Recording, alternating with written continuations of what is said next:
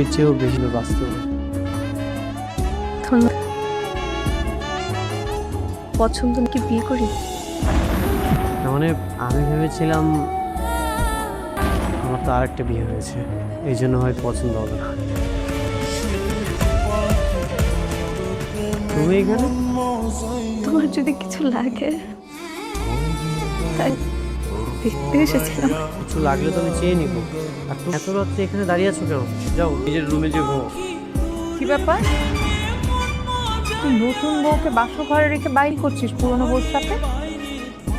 মা তেমন কিছু না, রিক্তা নয়, এই জন্য বের হলাম।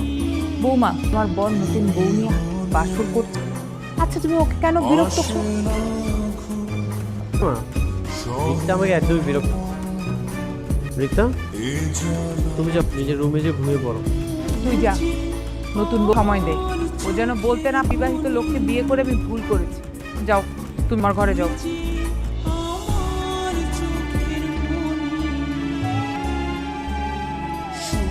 আপনার প্রতি ছিল তাই না? এই একটু দরকার এসেছিল। কথা জিজ্ঞেস করব? আপনি শুধু বাচ্চার জন্য কিছু? বাচ্চা হবে, সংসার হবে, আমরা সবাই অনেক হ্যাপি থাকবো, এটাই তো। আপনার প্রথম বউকে দেখে মাশাআল্লাহ খুবই সুন্দর। এটা সমস্যা। আচ্ছা, অনেক রাত হয়ে গিয়েছে, সারাদিন কষ্ট হয়েছে, ঘুমিয়ে পড়ে চলুন।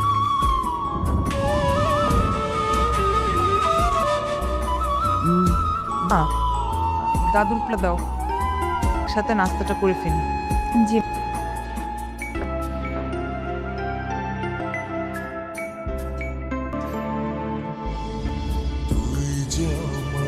না না, তোমাকে ওখানে বসতে বলি। তুমি এখানে বসো, যা নতুন বৌমাকে দাও। কেন মা? আমি তো সবসময় এই চেয়ারই বসি। আমি এই চেয়ারে বসে আপনার নতুন বউয়ের অসম্মান হবে? সামান্য নাস্তাটুকুও কি আমি আমার স্বামীর পাশে বসে আপনার নতুন বউ আসার পর থেকে আপনি আমাকে সহ্যই করছেন না। আমি যেখানে যারা করি সেটাতেই আপনার সমস্যা। কি সব বলতেছো তো? আর মায়ের সাথে রাগ নিয়ে কথা বলতে তোর তোর লাগেই তো এই অবস্থা। দেখ কেমন সাপের মতো ফোঁস করে উঠলো। থাক, বাদ দাও বৌমা। আপনারা সবাই মিলে আমার সাথে অন্যায় করছেন, আর এখন তো অপমানও করছেন। ওকে ভালোবেসে থাকতে দিলাম, ও তার মর্যাদা রাখলো। আমি আর সহ্য করতে পারছি না। মাপছি আপনাদের কাছে, আমি আর এই বাড়িতে থাকতে পারবো না। ঠিক আছে, তুমি এখনই চলে যাও, তোমার বা ডিভোর্স লেটার চলে যাবে, আর এক মুহূর্ত তোমাকে দেখতে চাই। চলে যাবে, আমি চলব, তবে আমি আবার ফেরত আসবো।